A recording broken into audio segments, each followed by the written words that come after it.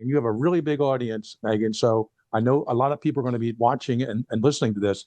Someone knows this guy, and they have possibly for weeks, months, or years. They're related to him. They're married to him. Something like that. This guy clearly was pre. So look at the video, and I'll let others out there discuss height and weight and build and all that stuff. The way the guy carries the gun, I think Sigmund Freud would have a field day with how he has the gun right, sort of in front of his crotch area. Or in his crotch. Yeah, but that's for someone else to go. But before the crime, he's distracted. He's busy. He's sort of self-absorbed. Hey, leave me alone. I need some time here. He's on the internet a lot. And of course, he's making these purchases.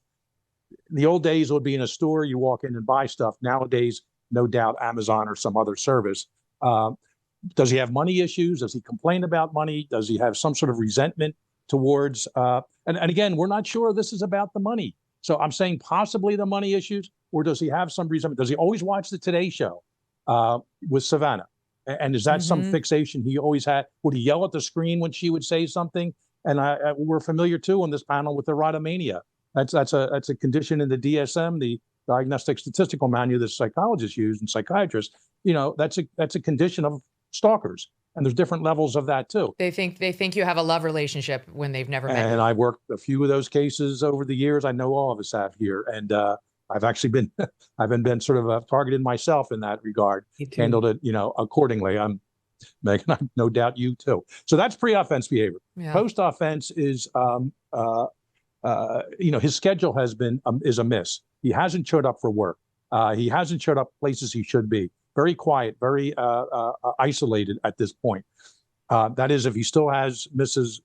Guthrie's or not, we don't know. But certainly he'd be paying attention to her at least twice or three times a day. He'd have to visit her. And I'm going to the assumption she's still alive.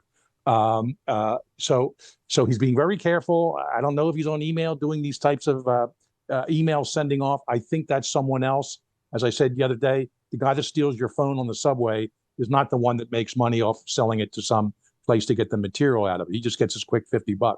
Is that this guy's role, or is he just doing this strictly for anger and some kind of frustration?